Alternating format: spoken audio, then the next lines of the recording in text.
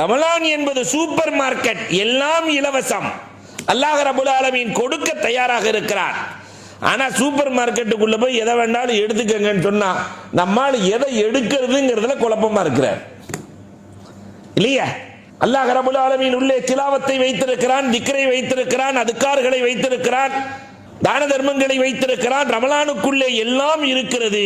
இப்ப எதை எடுப்பது என்று சிக்கலாக இருக்கிறது. இது ஒரு அழகான சூப்பர் மார்க்கெட். ரமலான் தங்க மாளிகை என்றால் தவறே இல்லை.